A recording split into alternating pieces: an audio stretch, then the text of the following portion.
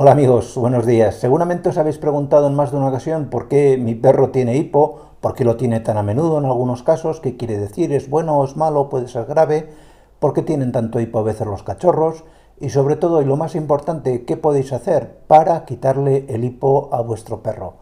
A todas esas preguntas y alguna más le damos cabida en este vídeo. Venga, os lo cuento ahora.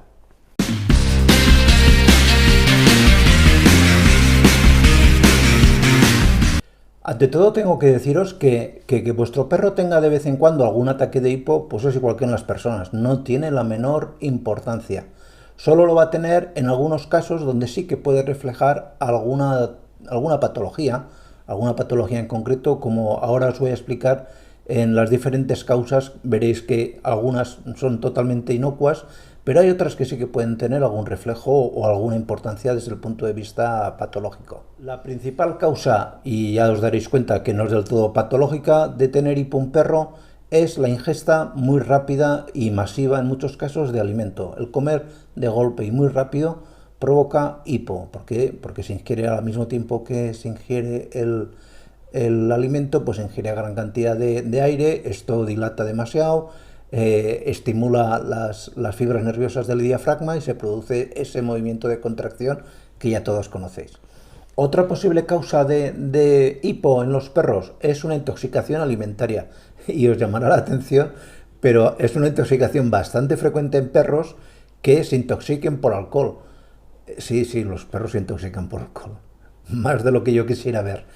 Entonces, uno de los primeros síntomas que suele verse es un hipo, sí, como los borrachos, o los borrachillos, que digo yo, que no hace más que poner de manifiesto que el perro ha ingerido pues una cantidad inadecuada. No necesita que sea mucha cantidad y siempre suele ser lo mismo, pues que te descuidas, dejas un poco de bebida en un vaso, el perro se acerca y se la bebe y ya os podéis imaginar.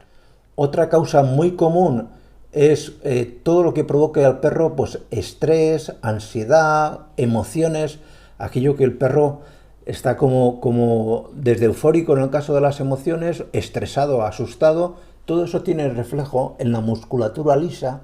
Otra causa que llama mucho la atención pues es que el perro pueda tener un ataque de hipo cuando se producen cambios muy bruscos de temperatura.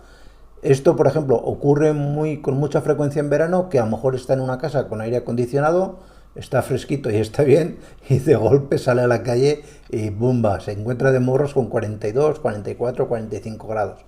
Muchísimo calor. Y esto puede provocar el hipo. De la misma manera ocurre al revés. En invierno, sitio con calefacción en casa y otro tanto de lo mismo. No hace falta insistir, que ya sabéis lo que es. Pero puede ocurrir, y esto ya es un poco más grave, que los periodos o las fases del hipo, en vez de durar pues, 10, 15, 20 minutos, pues se alarguen hasta 24 o incluso 48 horas. En ese caso es muy urgente que vayáis al veterinario. ¿Por qué? Porque entonces sí que puede querer decirnos el animal que está atravesando por una enfermedad metabólica grave. Puede ser que tenga un trastorno neurológico que se le esté manifestando en ese momento y por lo tanto va a requerir la asistencia veterinaria lo más urgente posible, porque el tema de verdad puede llegar a ser grave. Luego hablamos del hipo en cachorros. Pues el hipo en cachorros pues viene a pasar un poco parecido a los adultos y además suele dar siempre a los cachorritos un poco más gordos, más redonditos, más hermosos, que comen con ansia, que comen mucho para su tamaño, se pegan el santísimo atracón y viene el problema, que tienen hipo. Claro, cuando vemos el hipo en un cachorrín, pues nos asustamos bastante. La verdad es que se suele pasar por sí mismo. El 90 y tantos % de las ocasiones no va a ser necesario que hagáis absolutamente nada. Y solo en alguna ocasión, si veis que persiste un poco, con masajearle un poquito la zona del cuello, solamente, suavemente, sin hacer ninguna fuerza ni nada, suele ser más que suficiente.